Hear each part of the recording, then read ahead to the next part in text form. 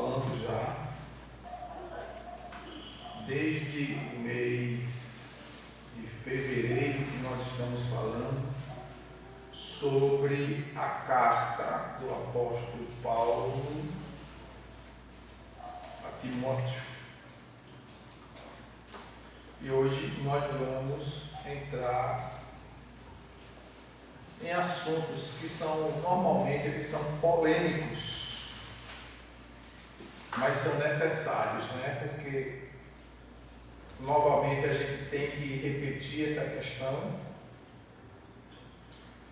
Foi uma carta escrita para um líder, um jovem pastor, que precisava ser orientado como agir na igreja com relação a vários temas. E nós falamos de alguns já, isso está gravado, né? Hoje é a 14ª aula.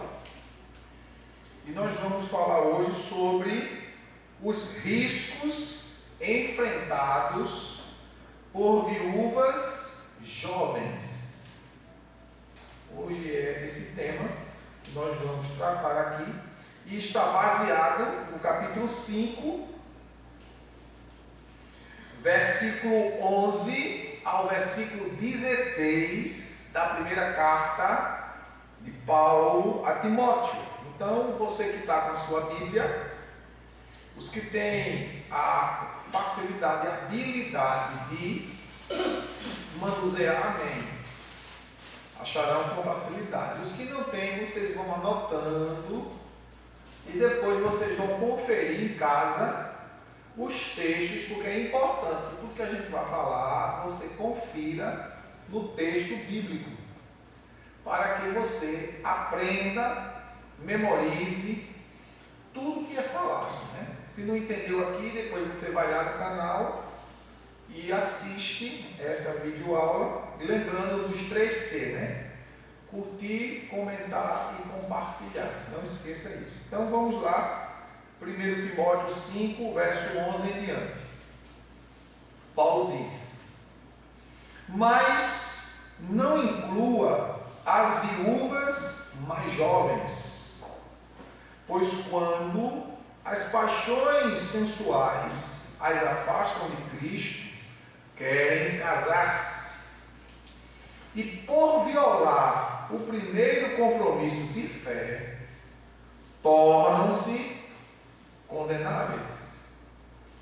Mais do que isso, aprendem também a ser desleixadas em relação ao trabalho, perambulando de casa em casa, e não somente dadas ao ócio, mas também fofoqueiras e indiscretas, comentando o assunto que não lhes dizem respeito. Sendo assim, aconselho que as viúvas mais jovens se casem, tenham filhos, administrem suas próprias casas e não deem ao inimigo a oportunidade para pretexto de maledicência. Algumas de fato já se desviaram seguindo a Satanás. Se uma mulher crente tem viúvas em sua família, esta deve cooperar com elas. Evitai que a igreja seja sobrecarregada com o trabalho de ajudá-las.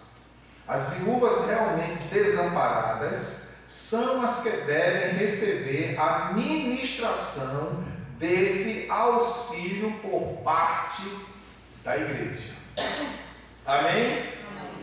Então, é essencial que vocês acompanhem, porque muitas vezes a gente acha que a espiritualidade ela está apenas no sobrenatural, quando a gente faz referência aos dons espirituais, o falar em línguas, profetizar, não é? Os demais dons, a manifestação dos dons do Espírito Santo. Mas a verdadeira ação do Espírito Santo está além dos dons.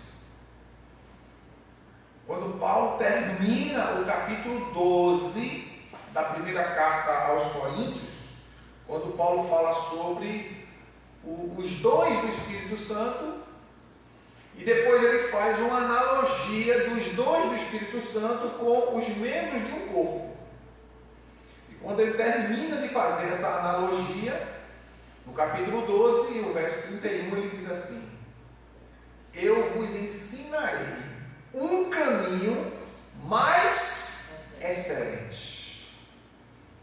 Aí ele fala, no capítulo 13, ele inicia falando do amor, que é o caminho da excelência. E como tenho dito, o amor ele não é apenas um sentimento, o amor é uma expressão. A boca fala daquilo que está cheio do coração. Então Jesus usa essa analogia dizendo que a expressão do corpo é consequência daquilo que está dentro do corpo. Se você estiver cheio de amor, você vai expressar amor. E o amor não é dizer apenas eu te amo. O amor é um comportamento. E dentro desse contexto, Paulo começa a ensinar a Timóteo o que ele deveria falar na igreja de Éfeso. Porque Timóteo estava pastoreando a igreja de Éfeso. E como ele estava pastoreando a igreja de Éfeso, ele precisava ensinar sobre isso na igreja.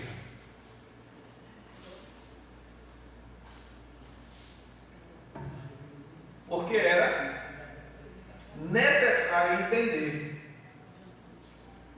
essas questões, porque a igreja ela é constituída, ela é formada por famílias. E toda família ela tem a sua formação pessoal específica, a sua cultura específica. Porque cada um aprende de uma maneira. Isso seja na questão comportamental, isso seja na questão alimentar. Cada família tem a sua cultura alimentar. Mesmo que todos nós sejamos brasileiros, cada um tem um jeito de comer e cozinhar. Não é? Tem gente que gosta de cuscuz com leite e açúcar. Eu, quando vi pela primeira vez alguém comer leite com cuscuz e açúcar, eu fiquei escandalizado. Eu era ainda criança, né? Eu morava ali em Jardim Paulista, na rua 71, e um dia a gente ia comer na casa do vizinho, que nós éramos muito amigos. Aí a mãe dele colocou a comida na mesa e todo mundo botando açúcar no leite. E eu fiquei escandalizado, porque eu cresci aprendendo que só comer leite com cuscuz com sal. Eu botava o sal, depois eu botava o leite. Aí eu fiquei. Mas era a cultura daquela família, daquele grupo familiar. Mas todos nós somos brasileiros, então cada um tem um estilo, adota um estilo pessoal, particular, peculiar daquela família. E Paulo aqui, ele traz a Timóteo questões importantíssimas para que ele ensine na igreja. E era uma igreja grega, porque Timóteo estava pastoreando a igreja de Éfeso. O povo, a cultura grega, elas desqualificavam muito as mulheres, menosprezavam de forma excessiva as mulheres. A única cultura que valorizava mais as mulheres era a cultura judaica. E mesmo assim era muito complicado. Né? E aqui Paulo traz a instrução a Timóteo sobre o critério quanto aos perigos que as viúvas mais jovens enfrentariam. E em primeiro lugar, o perigo da quebra de compromisso. Que compromisso? Se você prestou bem atenção no versículo 11, e 12, Paulo diz: mas não inclua as viúvas mais jovens, pois quando as paixões sensuais as afastam de Cristo, querem casar-se. Aí você pode ler e dizer assim: pastor, quer dizer que é pecado ela casar? Não, presta atenção para você entender. E por violar o primeiro compromisso. Qual era o compromisso que as viúvas antigamente assumiam na igreja? Era o compromisso de exercerem o trabalho social. Era responsabilidade das mulheres, principalmente das viúvas. Eram as viúvas que visitavam os doentes, eram as viúvas que assistiam os necessitados, e eram as viúvas que iam até os presídios daquela época, as prisões, os cárceres, para visitar os presos. Era um trabalho feito pelas mulheres. E Paulo diz a Timóteo que não coloque as viúvas jovens no trabalho de assistência social da igreja. Por quê? Porque vai chegar um tempo que essas viúvas jovens vão querer constituir família. E no desejo delas quererem constituir família, elas vão abandonar o primeiro compromisso de fé, que era a assistência social, a ação social. Aí Paulo está dizendo: não inclua ela no compromisso de assistência social. Porque quando elas querem casar, a expressão aqui, quando elas deixam que as paixões sensuais as dominem, elas querem casar. Que não é errado, que não é errado. Não é?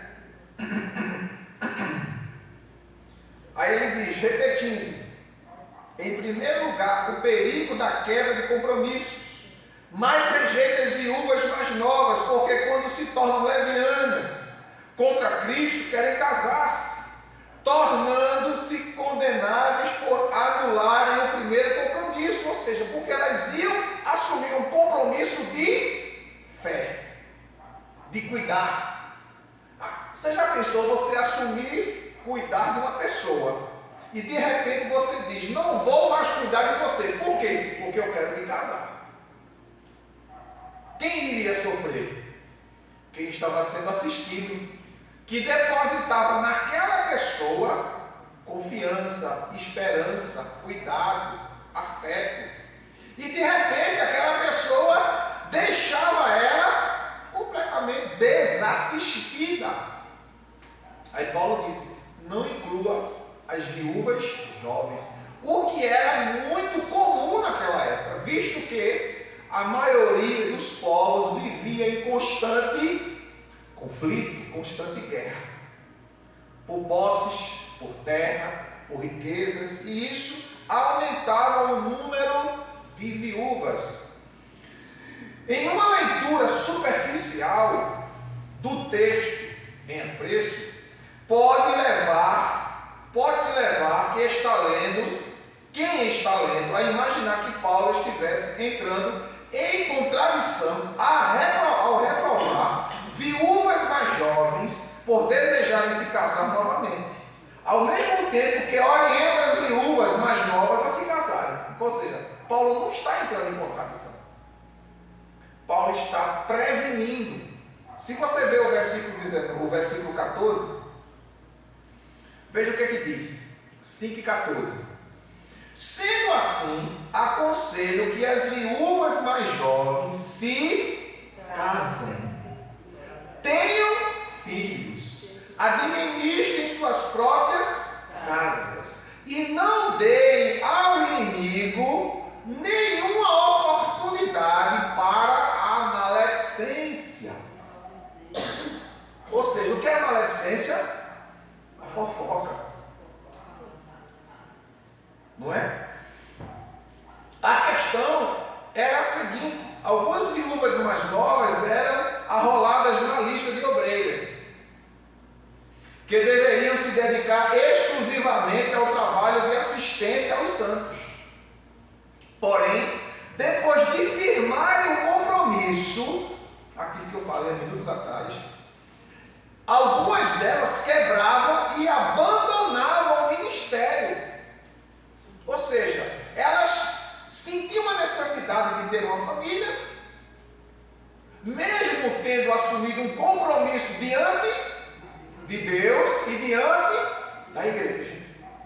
Elas deixavam que seus desejos falassem mais alto do que o ministério para o qual elas tinham se comprometido e foram chamadas. Para que não houvesse abandono, restrição para as pessoas que precisavam da assistência, Paulo recomendava: não coloquem viúvas novas para serem obreiras, para trabalhar na assistência, não é? Paulo então aconselha a Timóteo não listar viúvas mais novas para o trabalho de assistência aos santos, mas orientá-las a se casarem novamente para criar seus filhos e serem boas donas de casa. Aí muitas vezes a gente vê, irmãos, as pessoas maldizer, reclamar dos afazeres domésticos, por acharem que os afazeres domésticos não têm nenhum valor, ou não são espirituais. São tão espirituais quanto você está aqui de joelho dobrado em jejum e oração. São tanto quanto. Por quê? Porque se você não o fizer, a palavra de Deus ela vai ser blasfemada. Ela vai ser escarnecida por uma casa mal administrada. Tem uma irmã, ela é lá do estado de São Paulo, o nome dela é irmã Aparecida. É uma senhora já de uns 70 anos de idade. Essa senhora, mas que velha para pregar, viu? Ela foi chamada para uma conferência de mulheres, eu acho que mais nunca as mulheres chamam ela, eu acho que se arrependeu.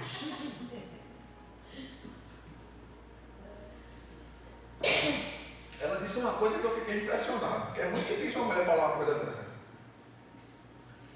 Ela, diante de eu não sei a quantidade de mulheres, eu sei que eram muitas mulheres que tinha nesse evento, ela disse assim: você se acorda tarde, seu marido saca a roupa toda amassada, chega em casa, não tem café, almoço ou janta pronto, porque você diz que está na igreja, está se consagrando ao Senhor. E você está estragando a sua casa, abrindo porta para seu lar ser destruído. Ah, porque eu estou no serviço da casa do Senhor. Eu não estou dizendo que você deixe ela na palavra dela. Você quer ir para a igreja? Durma tarde e acorde cedo. Faça tudo, deixe tudo pronto, vá para a igreja, mas não deixe faltar nada na sua casa para o seu marido. A palavra foi exatamente essa que ela disse: se vire nos 30. Se vire nos 30. E Paulo fala isso. Isso é bíblico. E isso é salutar para a vida comum no lar. Vê o que diz aí Tito. Tito, capítulo 2,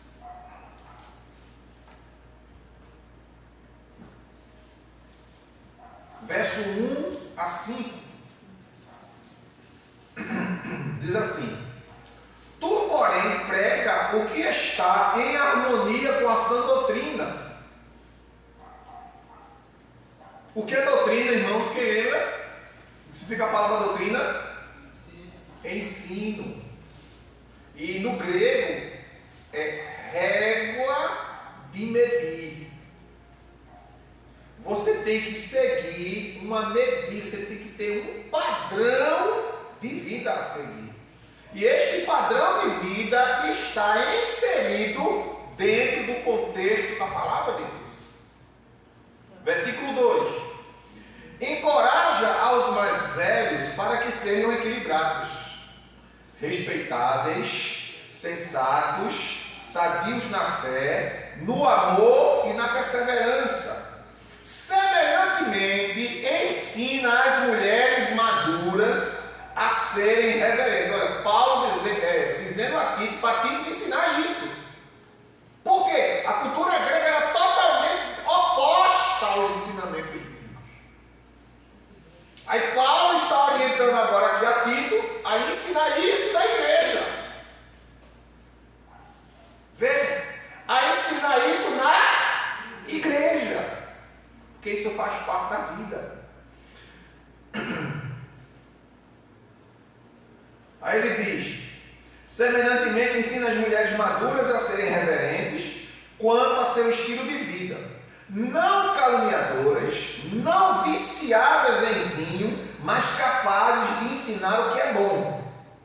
Dessa forma, estarão aptas para orientar as mulheres mais jovens a amarem seus maridos e filhos, a serem equilibradas, puras, dedicadas a seus lares, a cultivarem um bom coração, submissas a seus maridos, a fim de que a palavra de Deus não seja blasfemada.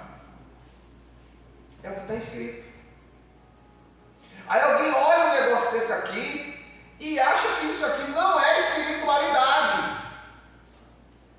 Que espiritualidade é ser relaxada ou desleixada. Uma casa desorganizada. Porque, irmão, humildade não é andar com roupa velha, não. Não é andar mal cheiroso, com cabelo grande, desorganizado, não. É você andar organizado, limpo, cheiroso. É porque eu sou humilde. Por que, irmão, você não corta o cabelo? Porque eu sou humilde. Isso não é sinal de humildade, isso é sinal de imundice. Não é? Como teve um caso, isso há anos atrás, viu? Eu era bem novinho na fé ainda. Teve um caso de uma mulher que casou-se, lá em Jardim Paulista. Casou-se, 1 ano de casado e não conseguia se consumar o casamento. Não conseguia-se. E chamaram o pastor Isaac. O marido chamou o pastor Isaac, que era o presidente na época da igreja.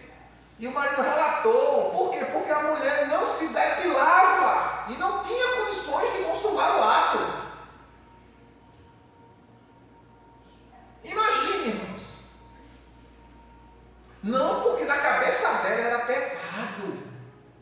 E eu creio que tinha que ser manso e humilde. E eu achava que a humildade estava na falta do asseio. Não. Não tem nada a ver uma coisa com a outra. Não, porque eu sou muito humilde. Se você anda bonito, cheiroso, limpo, não, porque aquele irmão é todo metido, aquela mulher é toda mostrada, não tem nada a ver. Você tem que andar bonita, limpa e cheirosa. Agora, lembrando que andar limpa, bonita e cheirosa não é andar escandalosa, que é diferente. Não é botar aquela roupa ridícula, expondo o seu corpo, não. Você vai na rua, os bichos vai lá na frente, mostrando. Não é assim. Paulo ainda na própria carta de Timóteo, Paulo diz: ensina que as mulheres devem se vestir de forma decente, honesta, honrosa, decorosa. Capítulo 2, verso 9 ao verso 15 da primeira carta de Timóteo, fala sobre um modelo de vida. Você encontra um crente no meio da rua, tu é crente, tu é solteiro, tu está na igreja, tu é crente desse jeito, uma roupa dessa, que a pessoa vê até a alma.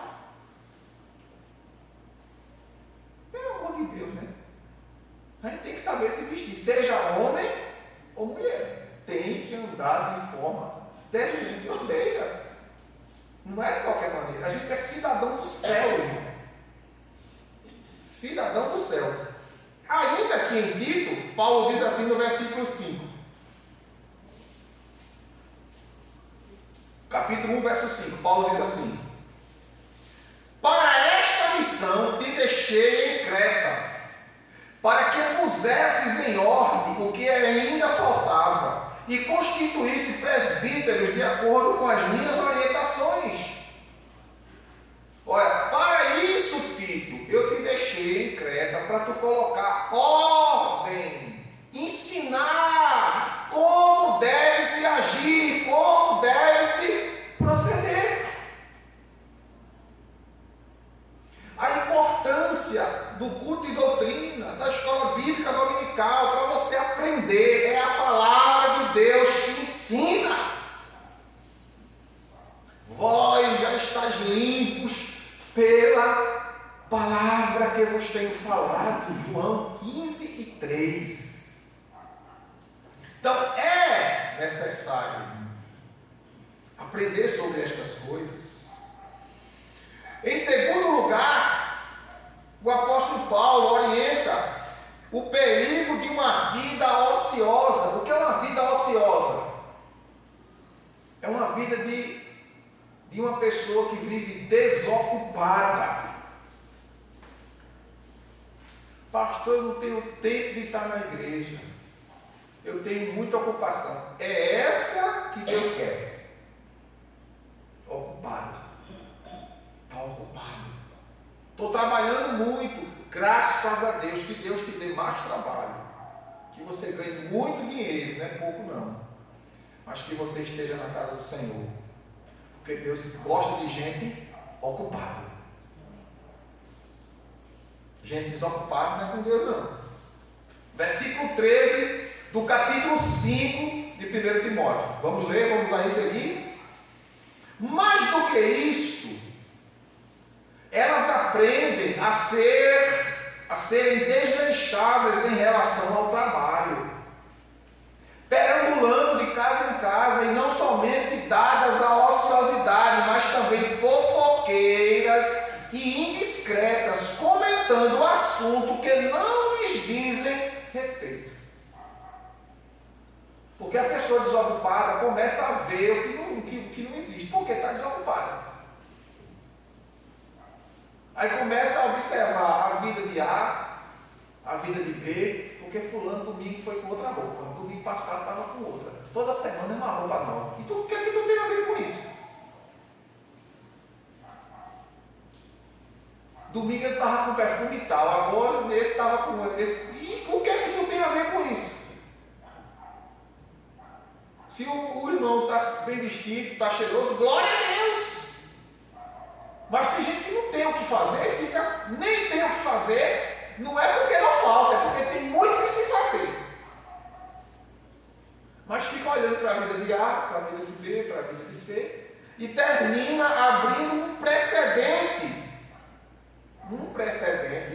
para pecar, para ser usada pelo inimigo para falar até o que não deve. E nessa ociosidade para falar o que não deve, como diz aqui o texto, comentando até assuntos que não lhe dizem respeito. Se não lhe diz respeito, não fale. É da particularidade de cada um. Ponto final. Não interessa o que ele fez ou o que ela deixou de fazer. Tem coisas, irmãos, que na igreja a gente precisa tratar com aquele grupo específico, porque são pessoas de entendimento.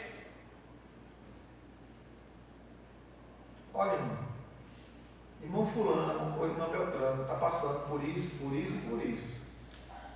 Então, se você vê alguma coisa que não é muito agradável, você releva, porque por trás dessa situação está acontecendo isto aqui. Você vai ajudar, você não vai tecer comentários pejorativos que vai destruir a imagem da pessoa. Você precisa dar uma mão para ajudar. Não acabar de matar, de destruir a pessoa.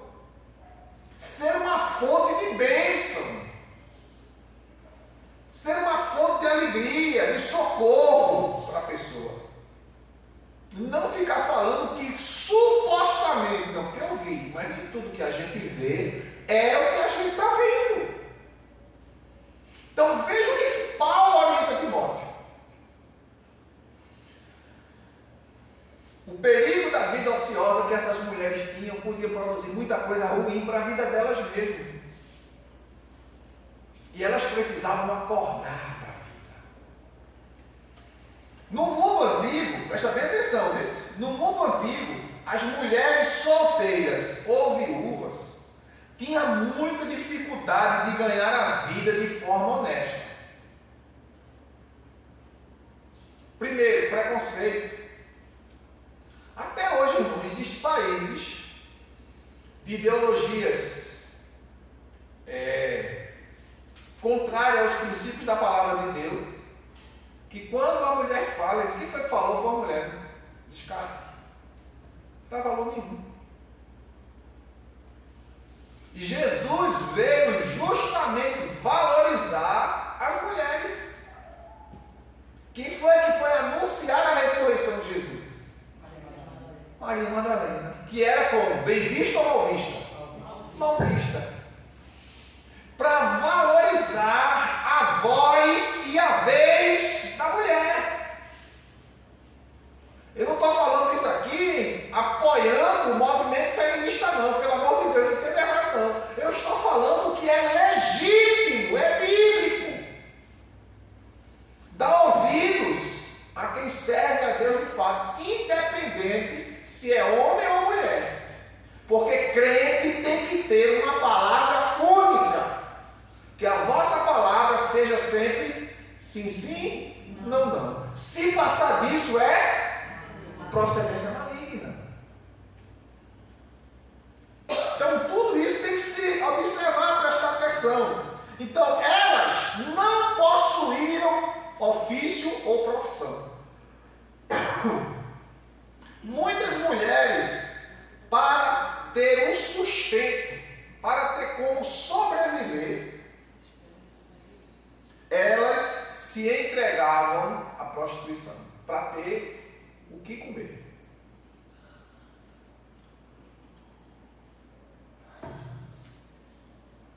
Pelo fato de não aprenderem, não terem o direito, muitas delas sequer, de estudar. Muitas, para sobreviver, se entregavam à prostituição para ter o pão de cada dia, e com muita humilhação. Com muita humilhação. Não era fácil, não. Há um adágio popular que diz assim: o diabo sempre encontra algo que fazer com as mãos de pessoas ociosas. Mateus Henry disse certa vez que dificilmente pessoas ociosas são apenas ociosas. Elas aprendem a ser paloureiras e curiosas e causar confusão entre os vizinhos e a semear discórdia entre os irmãos. Uma pessoa ociosa é aquela pessoa que não quer se ocupar com o trabalho, que não quer se ocupar com o cuidado da casa, que não quer se ocupar com o cuidado das coisas do marido e dos filhos. Não quer cuidar da casa, não quer ser dono de casa, não se case. Simples. Não quer cuidar do seu marido, não se case. Fique solteiro. Mas é tão ruim estar sozinho, pastor. Mas para se casar, meu irmão, você tem que realmente querer viver, de fato, uma vida de casado. Esse negócio de dizer assim: eu não sou tua empregada, eu não sou teu empregado. Irmãos, ambos vivem um em função do outro, um para servir o outro, e ponto final. Vamos ver Provérbios capítulo 12, verso 11. As pessoas ociosas, o que é que elas produzem para elas mesmas? Provérbios 12 e 11.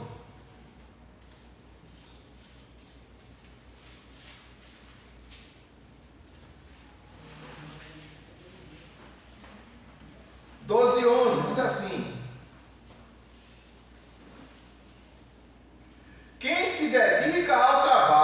de sua própria terra, colherá com fartura.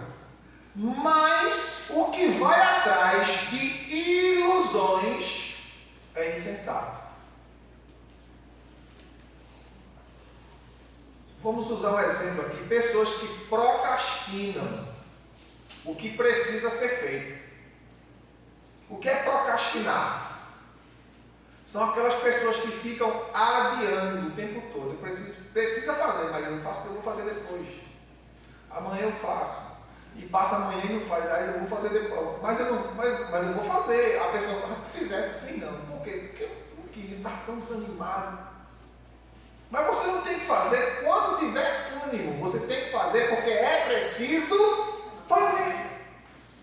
É como a pessoa diz assim: tu vai para a igreja hoje? Não vou não, porque estou sem vontade. Se você for esperar sentir vontade para vir para a igreja, você morre espiritualmente. Você vem porque você precisa congregar, você precisa estar no templo, no culto, com os seus irmãos. Pessoas que vivem se alimentando o tempo todo. Eu não vou para a igreja porque eu assisto o culto online. Você vai morrer. Você vai perder a coinonia espiritual, o calor do Espírito Santo. Você precisa estar presente. Você precisa sentir, olha, escuta, o odor da arca.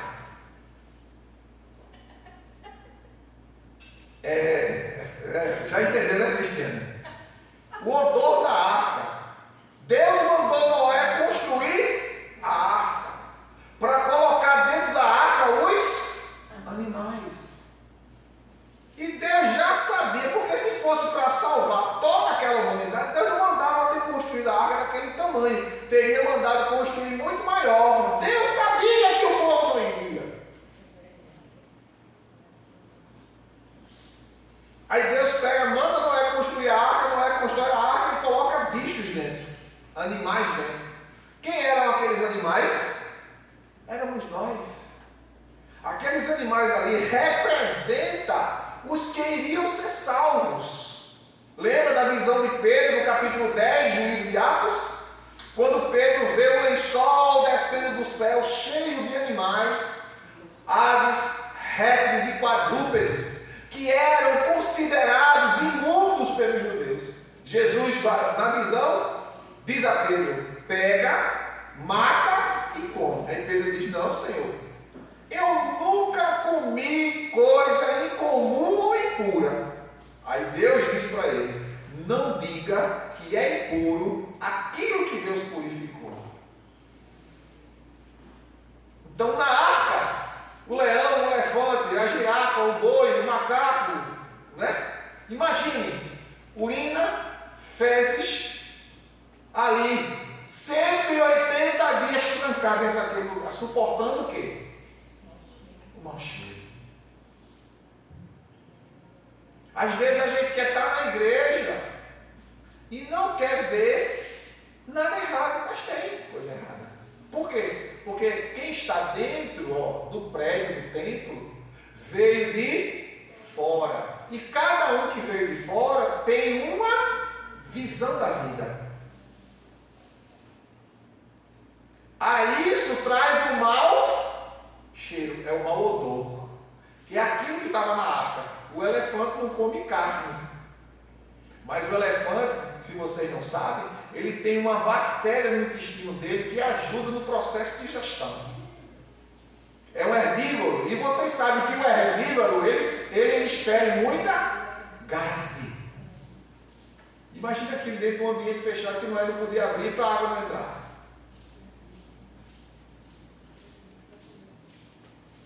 Como ficava ali a mulher, os filhos de Noé?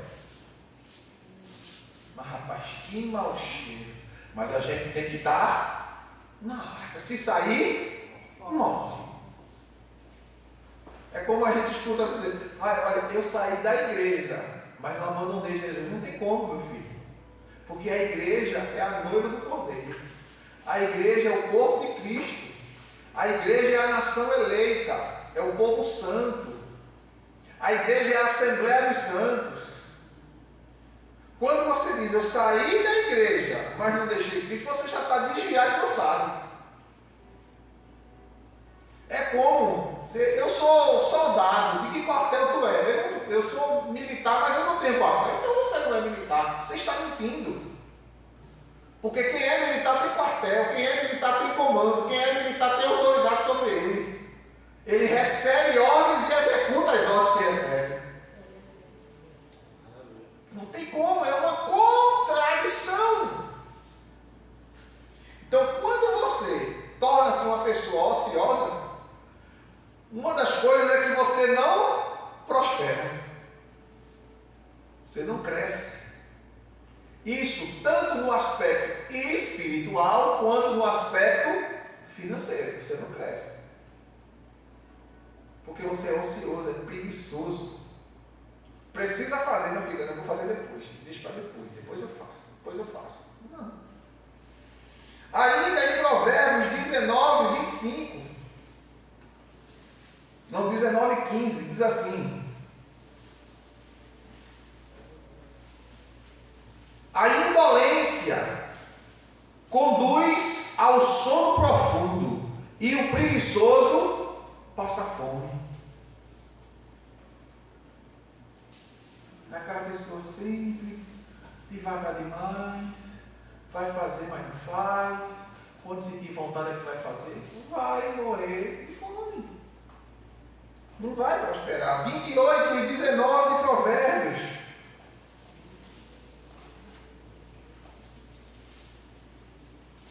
E 19 diz assim: quem cultiva a sua terra sacia-se de pão. Tem fartura, pode escolher o que comer. Quem persegue ilusões se fartará de miséria. Gente iludido, porque o que tem, irmão, de pessoas iludidas. Teve aquele show de Lady Gaga, não sei se foi em São Paulo, acho que foi Rio de Janeiro, né? Teve um rapaz, um jovem, que pegou o terreno da mãe, vendeu o terreno da mãe, comprou as passagens e se hospedou no hotel mais caro do Rio de Janeiro. Ou seja, o terreno que a mãe tinha para fazer a casa, para deixar para quem? Para ele mesmo. E a mãe já idosa. Quando a mãe morrer, vai ficar onde? Na rua. Por quê? É iludido.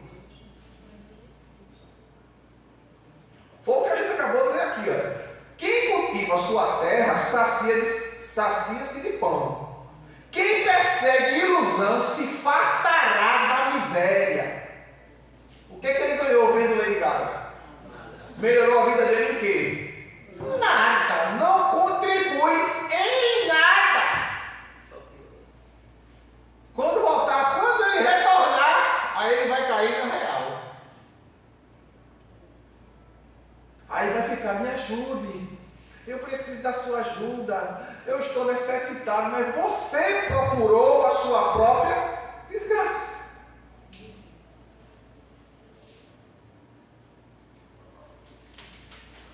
Em terceiro lugar, vem a questão do perigo da maledicência. A tagarelice é um subproduto de uma vida ociosa, preguiçosa. Quem não ocupa as mãos com trabalho, ocupará a língua com fofoca e boatos perniciosos. O pecado de falar mal dos irmãos e jogar uma pessoa contra outra é uma das coisas que Deus mais abomina. E a Bíblia manda a gente se purificar dessas coisas. Colossenses, vamos lá, livro de Colossenses, capítulo 3,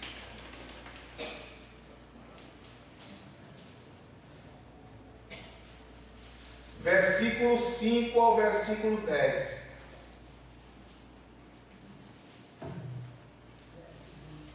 Colossenses 3, versículo 5 5 ao versículo 10 diz assim: sendo assim, fazei morrer tudo o que pertence à natureza terrena: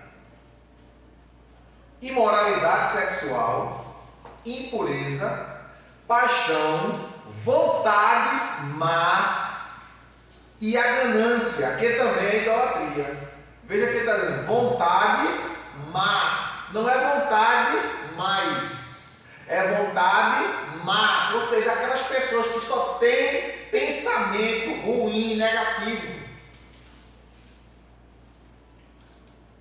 Verso 6: é por causa dessas práticas malignas que vem a ira de Deus sobre os que vivem na desobediência.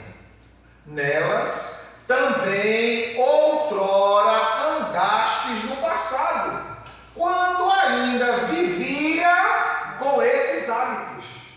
Mas agora, depois de crente, depois de salvo, depois de perdoados em Jesus, livrai-vos de tudo isto: raiva, ódio, maldade, difamação, palavras indecentes do falar.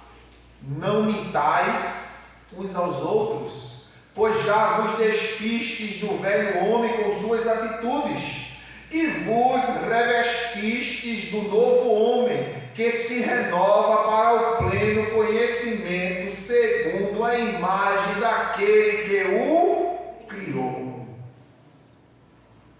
Se livre da maledicência, se livre da fofoca, da ira, do ódio, da difamação, da maldade. Não execute os pensamentos maus que vêm sobre você, que todos nós temos. Todos nós, ninguém está isento de ter pensamentos ruins. Como eu sempre tenho dito, nós temos os sentidos. Os nossos sentidos é que nos faz entender o que está à nossa volta. E esses mesmos sentidos que nos faz entender também nos enganam.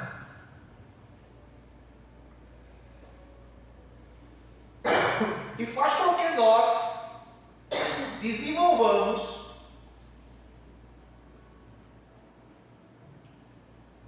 pensamentos contrários à palavra de Deus. Por isso que o apóstolo Paulo diz em Romanos 12, 21, não te deixes vencer pelo mal. Paulo diz em Romanos 7, 12 a 14, o bem que eu quero fazer, não faço, mas o mal que não quero fazer, faço. E se faço, já não sou eu que faço, mas o pecado que habita em mim. Lembre-se que o pecado que está em você faz os pensamentos negativos surgirem. Sentidos aguçados, pensamentos perigosos.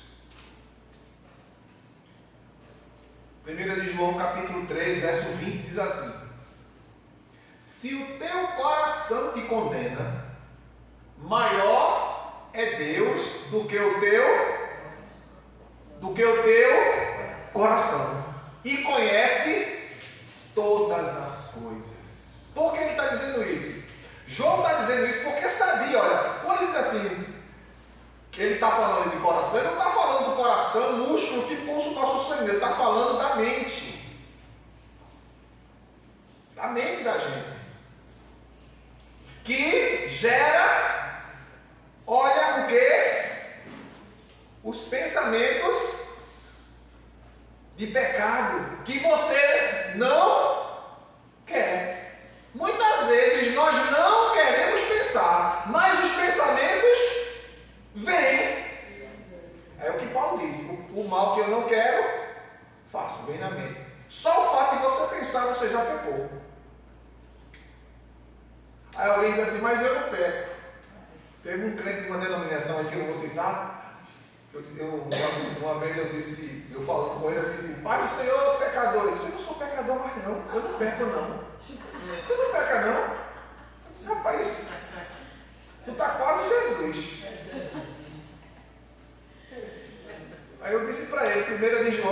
no verso 10. Aquele que diz que não peca é mentiroso e a verdade de Deus não está nele. E agora? Por isso, irmãos, que a nossa luta para chegar no céu é todo dia. Todo dia. Você tem que lutar contra o seu primeiro inimigo, que é você mesmo. A primeira liderança que você precisa ter é em você mesmo. Porque cada um de nós a gente tem aqueles defeitos que você precisa trabalhar ele para superar ele. Tem vezes que eu passo, irmãos, um tempo sentado assim, ó. Cleide não sabe o que está acontecendo, mas dentro de mim está um vulcão. E eu ali orando, pedindo a Deus graça para tentar me concentrar, tentar ajustar as coisas dentro da cabeça para poder agir. Porque é um turbilhão, as batalhas espirituais. Porque para poder ter equilíbrio, para ir adiante. Às vezes nem o joelho eu consigo dobrar. Eu fico orando sentado, pensamento. Meu Deus, eu preciso tanto orar. Preciso dobrar o joelho. Eu preciso sentar para ler. Aquela necessidade de conhecer, de buscar. Porque quanto mais você busca, mais você sente o desejo de servir. Eu estava ontem à noite eu estava na academia. Chegou um momento que começa a esvaziar, né? Aí eu fiquei no último corredor. Quando eu estava naquele corredor sozinho, eu levo o celular, boto o fone no ouvido, escutando o meu céu. Daqui a pouco eu comecei a chorar e comecei a falar em línguas estranhas. Aí o colega da academia olhou para mim assim, eu chorando dele, eu era crente também, ele entendendo ali o que estava acontecendo, um mistério do céu ali. Aleluia. Dentro da academia, o povo escutando aquelas músicas mundanas, todo mundo lá, mas eu lá sentindo o céu. Aí quando eu cheguei em casa, eu disse, eu estou com saudade do céu, lembra? Vontade de ficar aquela coisa gostosa. Porque o céu está onde você está. Aleluia. Glória a Deus. O céu está onde você está. Porque o dono do céu está com você. Glória a Deus. Aleluia. Então a gente precisa tirar isso. Deixar isso para lá, isso de lado. Vamos lá. 1 Coríntios, capítulo 5, versículos 7 e 8.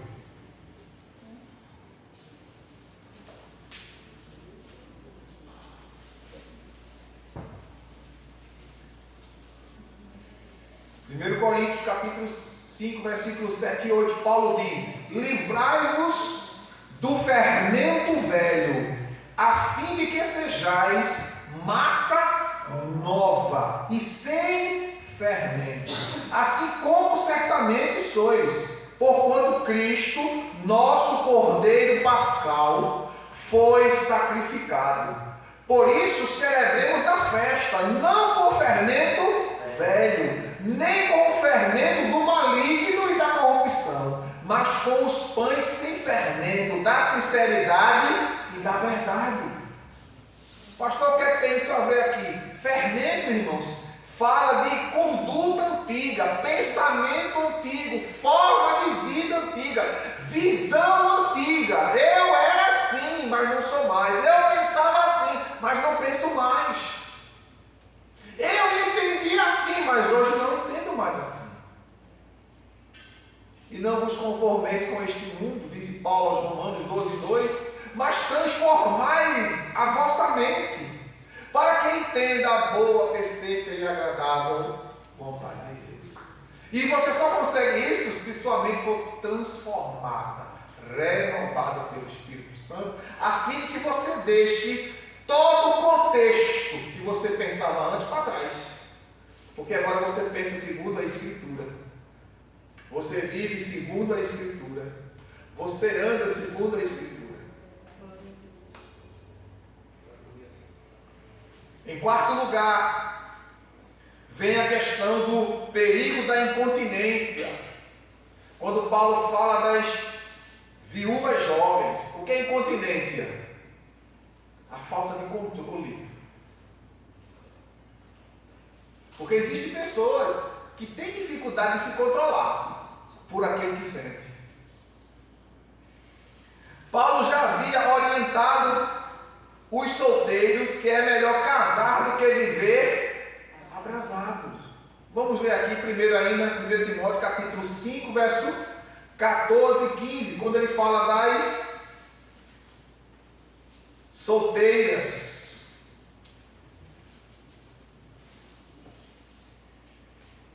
Sendo assim, aconselho que as viúvas mais jovens se casem, tenham filhos, administrem suas próprias casas e não deem ao inimigo nenhum pretexto para a maledicência. Algumas, de fato, já se desviaram seguindo a Satanás. Ou seja, cederam ao que sente. A falta de controle. A falta de controle chama-se incontinência, quando você não consegue controlar o que você sente. E nesse contexto aqui, Paulo está falando do controle da incontinência sexual. Pessoas que não conseguem se controlar. Capítulo 7, verso 9 de 1 Coríntios, olha o que é que Paulo diz. Capítulo 7, verso 9. Paulo diz assim: porém, se não vos é possível controlar-se, que se casem. Se você não consegue se controlar em ficar solteiro, case, porque é melhor casar do que viver queimando de paixão. Ou seja, sem controle, você não se controla e termina atrapalhando sua vida e a vida do outro.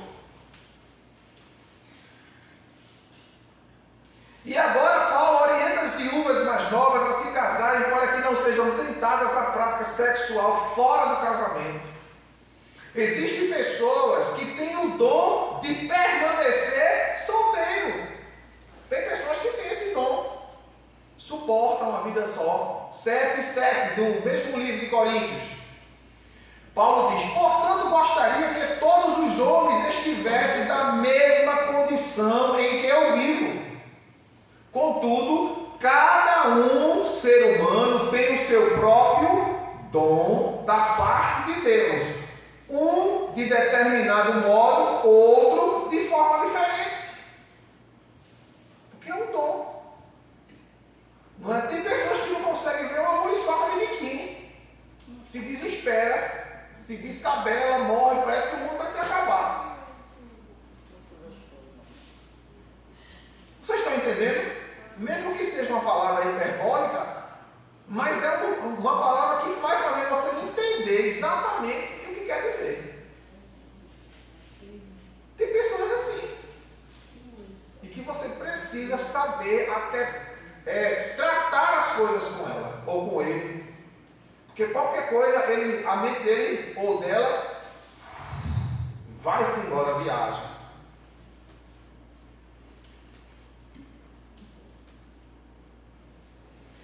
Existem pessoas que têm o dom de permanecerem solteiras e de controlar seus impulsos sexuais. Essas pessoas têm mais tempo para se dedicarem à obra de Deus, ao passo que as casadas têm seu tempo dividido. E Paulo fala isso na mesma carta, capítulo 7 de Coríntios, versículo 1. Ora, em relação aos assuntos sobre os quais me escrevestes, é bom que o homem se abstenha de relações sexuais com qualquer mulher. Versículo 2. Porém, por causa da imoralidade, cada homem tem a sua própria esposa e cada mulher tem o seu próprio marido. Mas no verso 9 ele diz, como a gente já leu: porém, se não vos é possível controlar-se, se case. Porque é melhor casar do que viver queimando de paixão. Quando ele fala assim, queimando de paixão, a palavra paixão não tem nada a ver com amor. Paixão é uma coisa descontrolada. Uma pessoa que não tem controle. Queimando de paixão. Pessoas que se dedicam, essas pessoas têm mais tempo para se dedicarem à obra de Deus, ao passo que os casados têm que dividir o seu tempo. Obra de Deus, só coisas espirituais e as coisas de casado, que não deixam de ser espirituais, porque tornam-se obrigações conjugais, para que a palavra de Deus não seja blasfemada. Vamos lá, capítulo 7 de 1 Coríntios, verso 32 ao 35. O apóstolo Paulo diz assim: o que desejo de fato é que estejais livres de preocupações, que você não tenha preocupação com nada. Porém, quem não é casado pode se entregar aos assuntos do Senhor, em como mais poderá agradar ao Senhor. Entretanto, quem é casado preocupa-se com os negócios deste mundo, em como irá agradar a esposa.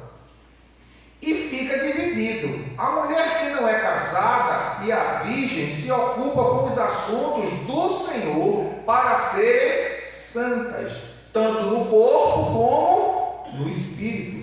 A mulher casada, no entanto, preocupa-se com os negócios do mundo e de como irá agradar seu marido. Estou dizendo isso para o vosso maior benefício, não para restringir vossa liberdade, mas para que possais viver de maneira honrada, em plena consagração ao Senhor. Casou? Não peca. Mas se você não casar, você vai ter mais tempo de se dedicar a Deus. Por quê? Porque você não tem satisfação para dar para ninguém. O dinheiro é seu, você gasta com você, só com você, só para você. Você pode ir para qualquer canto. Porque você não tem filho, você não tem marido, não está preocupado com nada, e vice-versa.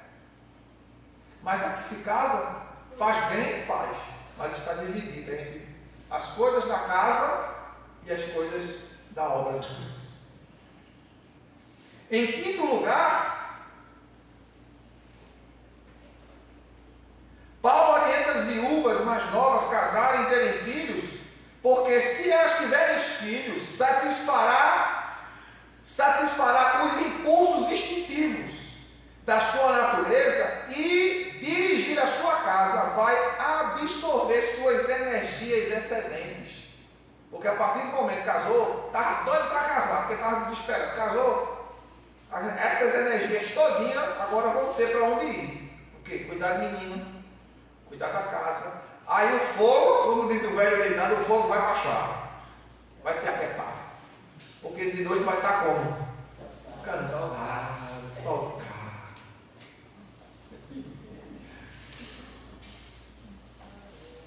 Diante desse contexto, é muito perigoso sobrecarregar a igreja. Paulo volta a insistir que somente as viúvas desamparadas devem ser assistidas financeiramente pela igreja. E como falamos nas aulas anteriores, é a igreja que tem que assistir as viúvas que são verdadeiramente desamparadas.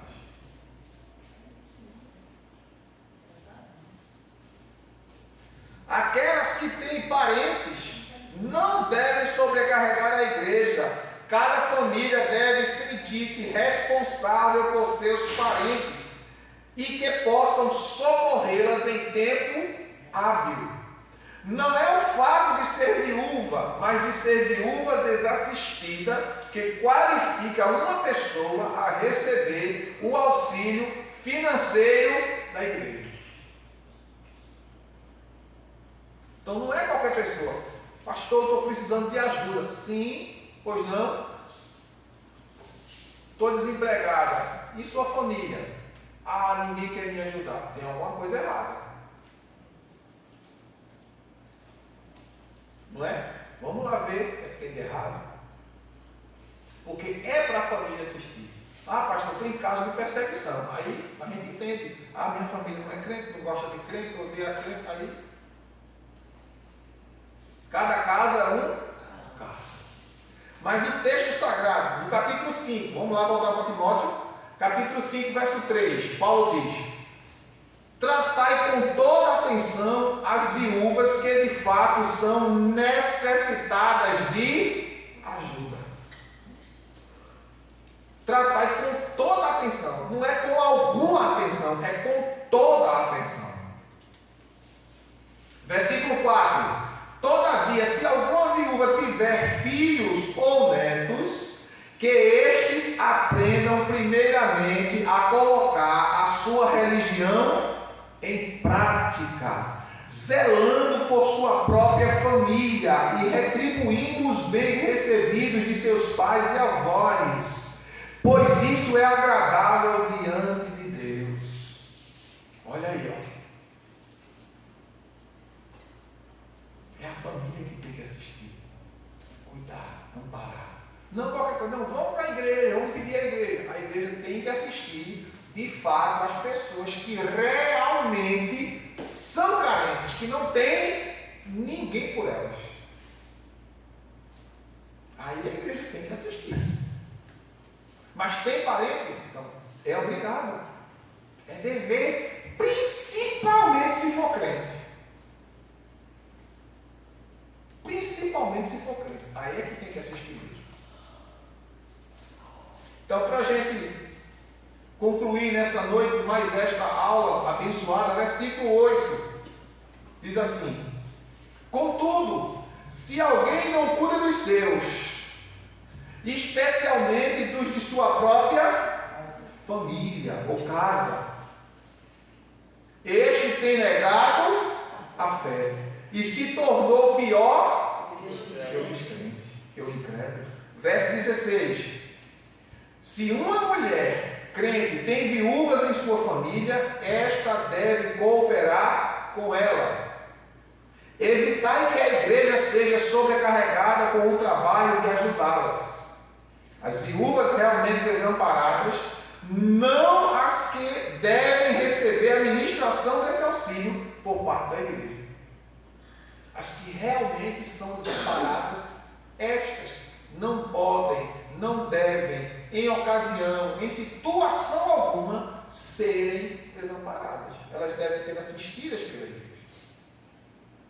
Porque isso, irmãos, é verdadeira profissão de fé. Amém?